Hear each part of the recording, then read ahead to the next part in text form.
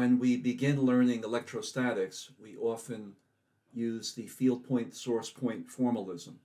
The idea is from an origin of coordinates, there are several position vectors. There's R, capital R, from origin to the field point, that's the observation point.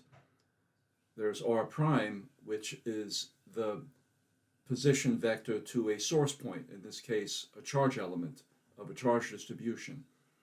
Little r is the relative position vector going from source point to field point.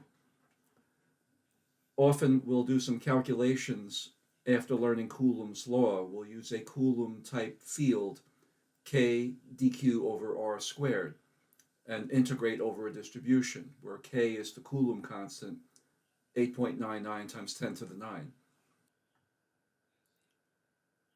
Of course, if we have a point charge q, then we simply get the Coulomb's formula kq over r squared.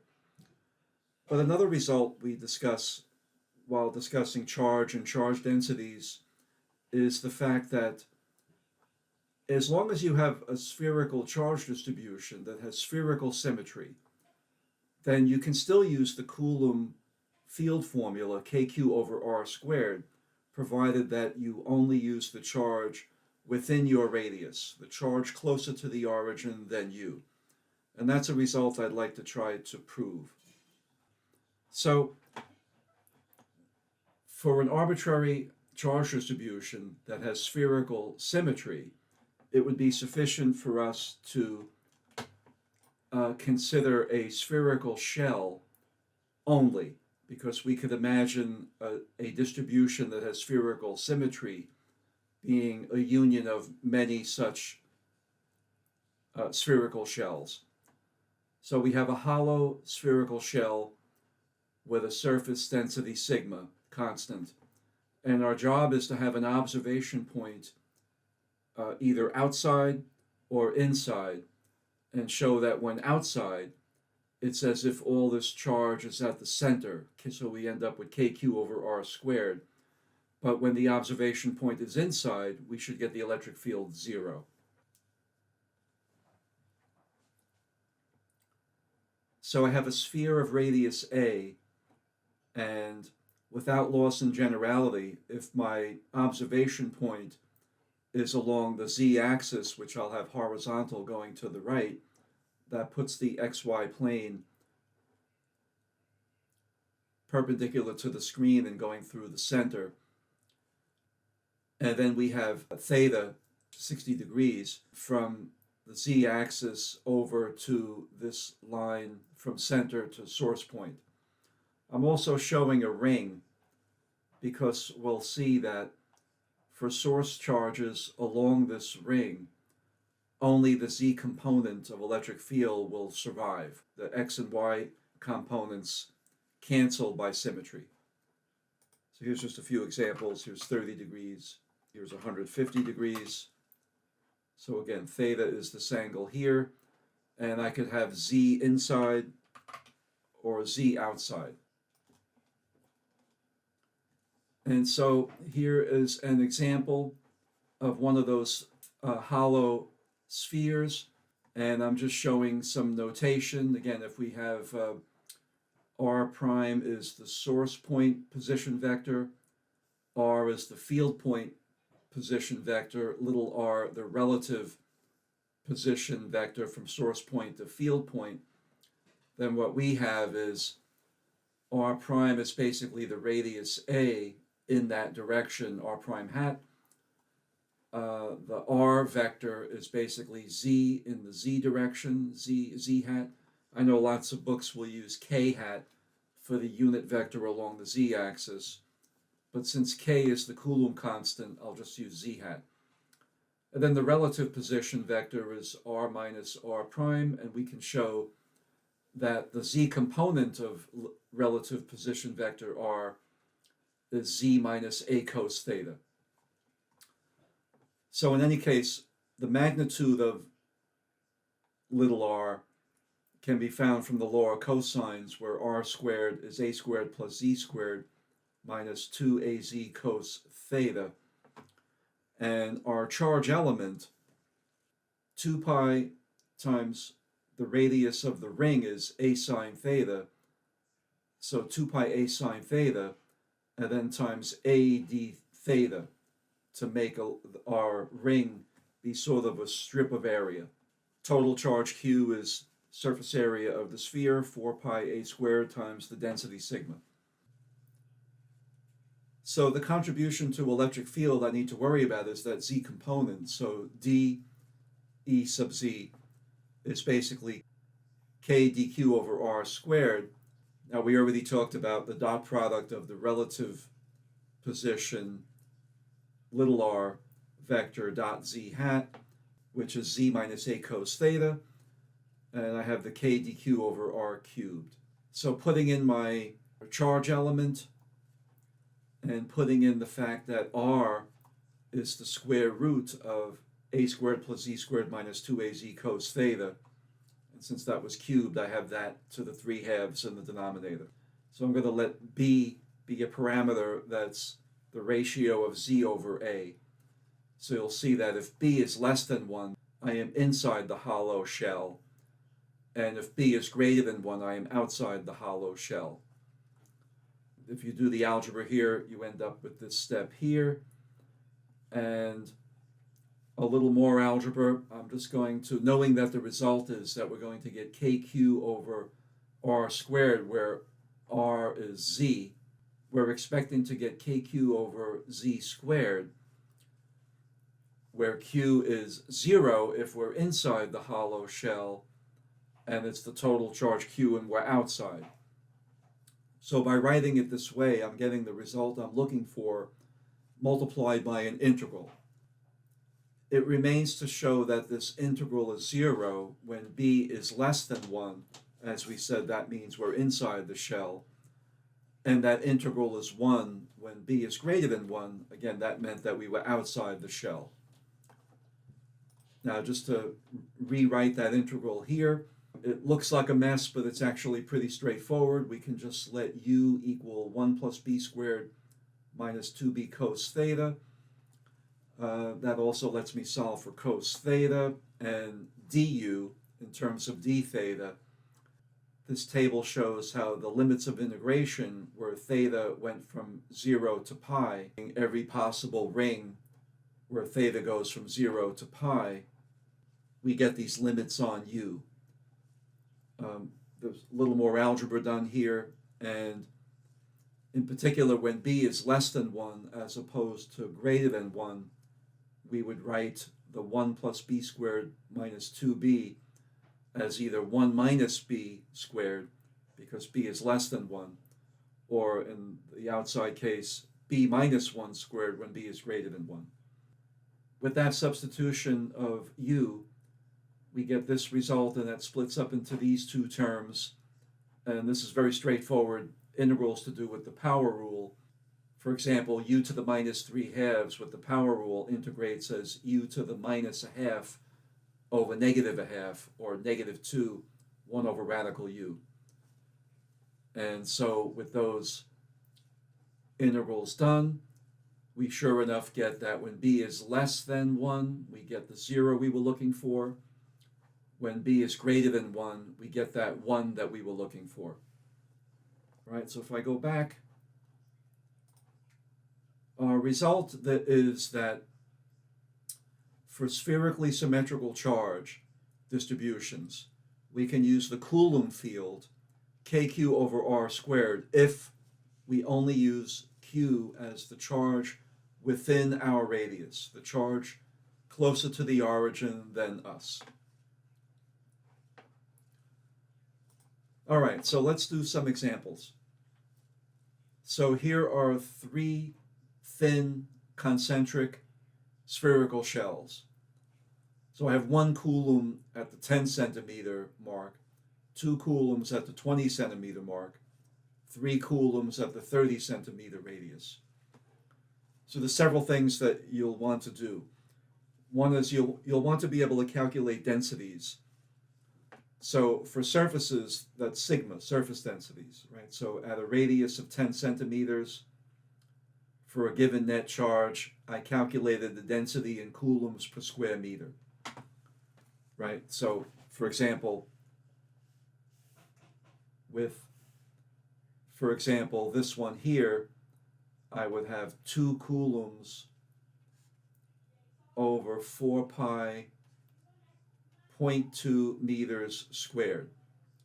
And if you do the math, you should get 3.98 coulombs per square meter. Right, so you want to see that you can calculate these densities. Now, for this table here, I'm looking at field points that put us in different regions. At 5 centimeters, we're less than 10. There's no net charge within our radius. There's nothing at the origin, right? The 1 coulomb is the first radius where there is a charge. So with no charge within our radius, we have no electric field. At the 15 centimeter radius, right? So we're in the region between 10 and 20. So the 1 coulomb is within our radius, the 2 and 3 coulombs are not. So Q inside is a coulomb, right? So the calculation I expect to do then is K 8.99 times 10 to the 9 Q, which is 1 coulomb, over R squared. Now that's our radius, the field point at 0.15 centimeters, 0.15 squared, right? So if you do that calculation, you should get 4 times 10 to the 11th newtons per coulomb. At 25 centimeters, now the 1 and the 2 coulombs are within our radius. So we have a charge inside our radius that's 3 coulombs, the 1 plus the 2. Right? At 35 centimeters, we have all of the charge, the 1, 2, and 3, or 6 coulombs. Right? So in each of these cases, just do KQ over R squared, where the Q is the Q inside our radius, and verify that you get those results. Here's another example. Here's a point at the center, 4 nanocoulombs. We'll also try some metric prefixes in our calculations. So 4 nanocoulombs at the origin, 8 nanocoulombs evenly spread out in a thick, non-conducting shell, inner radius 20 centimeters, outer radius 30 centimeters. So in terms of densities here, we don't have a sigma, we don't have sigmas, there's no surface densities. We have rho, volume density, right? So if we had 8 nanocoulombs on the thick conducting shell, then rho for the thick shell that goes from 20 to 30 centimeters would be the charge over the volume of that thick shell. Now the volume of the thick shell is related to the volume of a sphere, 4/3 pi, but it would be R cubed for the outer radius, and then subtract off the inner radius. So 0.2 cubed there. Right, so try this calculation. If we leave nano alone, we will end up with nanocoulombs per cubic meter. So give that calculation a try, you should get 100.5. Up to this table here, where we're calculating electric field at different field points, I did the region at 10 centimeters. That's the region between 0 and 20, the air between 0 and 20. Then we did 25, that puts us halfway in the volume of the thick shell. And then I did 35, that puts us in the air where R is greater than 30. Right, so in the regions that are air, right, let's say at 10 centimeters, the only charge within my radius of 10 centimeters is the 4 nanocoulombs. And at the 35 centimeters, all of the charge, 8 plus 4, or 12 nanocoulombs.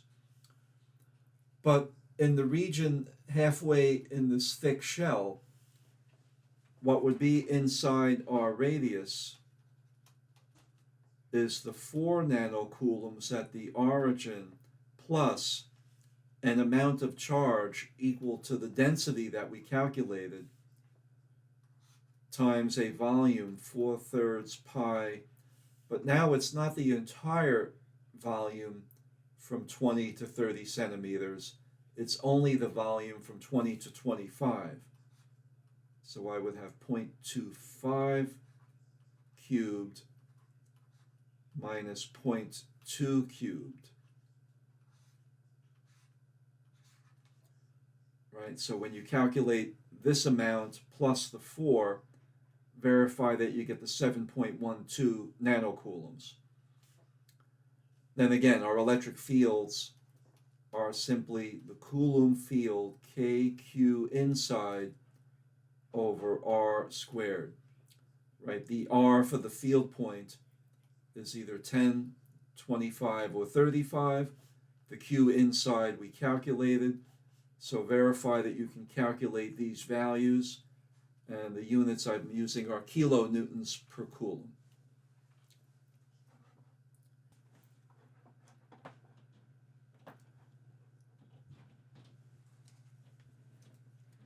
Now we have the same shapes, but now the thick shell is conducting.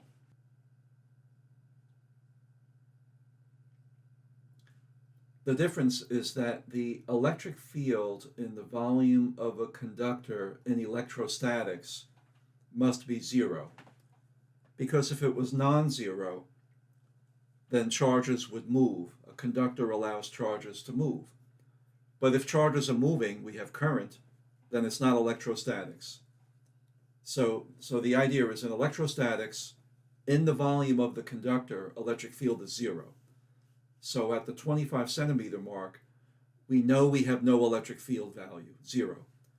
But since we found that spherically symmetrical charge follows that Coulomb field formula, that also means that Q inside is zero. That means the net charge within our radius must be zero. So if the 8 nanocoulombs cannot be in the volume, the only place it can go is to the surfaces. And the way we can calculate how the 8 nanocoulombs polarizes to the surfaces is to use this idea of Q inside is zero when we're at the 25 centimeter field point radius, right? Because we have 4 nanocoulombs at the origin. Then we must have to negate that at the 20 centimeter mark so that that's a net of zero when we're at 25 centimeters. So minus 4 nanocoulombs ends up on the inner surface of that thick shell. And then by conservation of charge, since this conductor is isolated, 8 nanocoulombs has to be minus 4 plus how much? Well, that's 12, right? So the densities we calculate here are sigmas, surface densities, right? We can calculate the net charge at each radius, starting with the idea that the electric field is zero in the conductor, therefore Q inside is zero, and then working our way from the inside out. So you can then calculate these densities. For example, at the 30 centimeter mark, you should be able to get sigma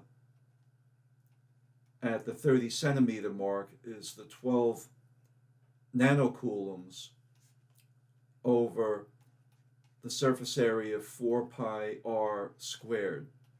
Now I put the 30 centimeters in meters, so we'll leave nano. You should get 10.61 nanocoulombs per square meter. And you should also be able to calculate this one. Right, so the conducting problems, you start with zero electric field in the conductor, and then working from the center outward, figure out how charges end up on surfaces, such that Q inside is zero when you're in a radius that puts you in the volume of a conductor. From there, then, you can use the kq over r squared, counting only Q inside, right? So very similar to before, except When you're in the volume of the conductor, we have no electric field, no Q inside. That helps us figure out these charge densities. So here's another example, and now our scale will be meters, and I'll use microcoulombs, right? So 8 microcoulombs at the origin, minus 5 microcoulombs, thick shell between 3 and 4 meters, 10 microcoulombs, another thick shell between 5 and 6 meters. So again, there's no volume densities, but we do get surface densities because this is conducting. We can look at various points in different regions, right? So I picked between 0 and 3 meters, I picked 2 meters. 3.5 meters, a radius that puts you in the volume of that inner shell. Then 4.5 puts you in the space between the two thick shells. 5.5, you are now in the volume of the 10 microcoulomb shell. And then 8, you're outside of everything. Right? So again, for conductors, you go to the radii that puts you in the volume of the conductor. No electric field, therefore no Q inside that radius. So starting from the inside out, right? If we have 8 microcoulombs at the origin, we have to negate that at the first inner surface, -8, at 3 meters. At 4 meters, at the outer surface, we have to have the net up to that point. 8 minus 5 is 3. The next inner surface, we negate that 3 with -3. The final outer surface, the net up to that point, 8 minus 5 plus 10 is 13. Right? So at that point, we can calculate surface densities with charges over 4 pi r squared surface areas. Right? So you should be able to calculate these values. While the charges are in microcoulombs, I have densities in nanocoulombs per square meter. Now, up to this table for electric field calculation, at these various radii that put us in these different regions, right? The 3 regions we need to calculate is the 2 meter, the 4.5, and the 8. And at the 2 meter mark, the only charge within our radius is the 8 microcoulombs at the origin. At the 4.5 meter mark, we have a radius that encompasses the 8 and the -5, so that's 3. And of course, when we're at 8 meters, everything is inside, so 13. Again, KQ over R squared, where Q is the charge inside our radius, and you can calculate these electric field values.